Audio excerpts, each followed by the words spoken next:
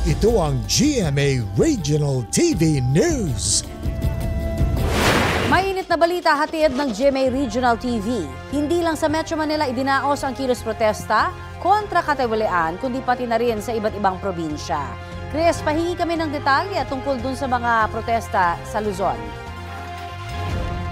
Tony, may kabi-kabilang rally sa Bulacan na isa sa mga sentro na investigasyon sa maanomalya umanong flood control projects.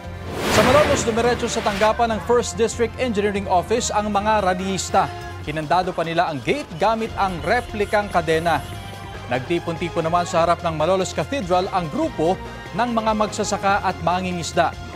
Naglabas din ng hinaing ang ilang taga-kalumpit na madalas ding bahain.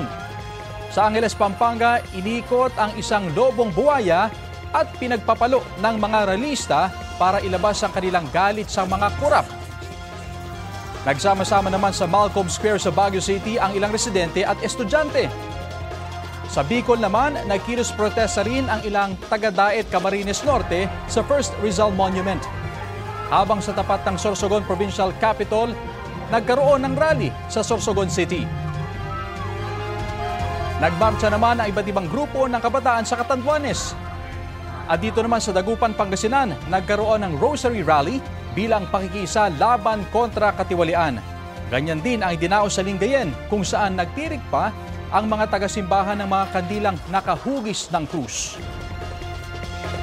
Mainit na balita naman ang GMA Regional TV sa Visayas at Mindanao. Masama man ang panahon, hindi nagpapigil ang libo-libong dumalo sa mga kilos protesta laban sa katiwalian. Sara, kumusta yung mga naging aktibidad sa mga probinsya? Rafi, kahit inulan, sa ilang lalawigan hindi itinigil ang mga kilos protesta.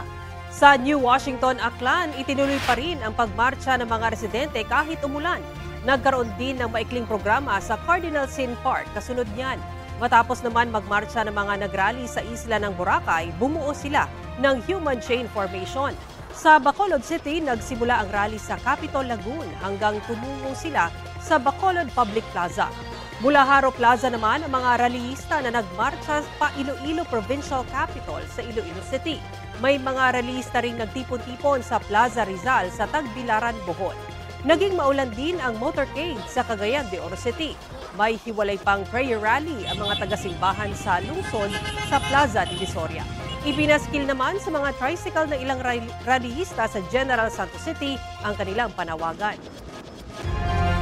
Dito naman sa Davao City, nagtipon-tipon sa San Pedro Square ang mga taga-suporta ni dating Pangulong Rodrigo Duterte. Yan ang Pray for the Philippines rally na nananawagan din kontra katiwalian. Agaw pansin ang malaking cake na buwaya ang disenyo. May pinagsaluhan din silang 100 lechong baka sa gitna ng prayer rally.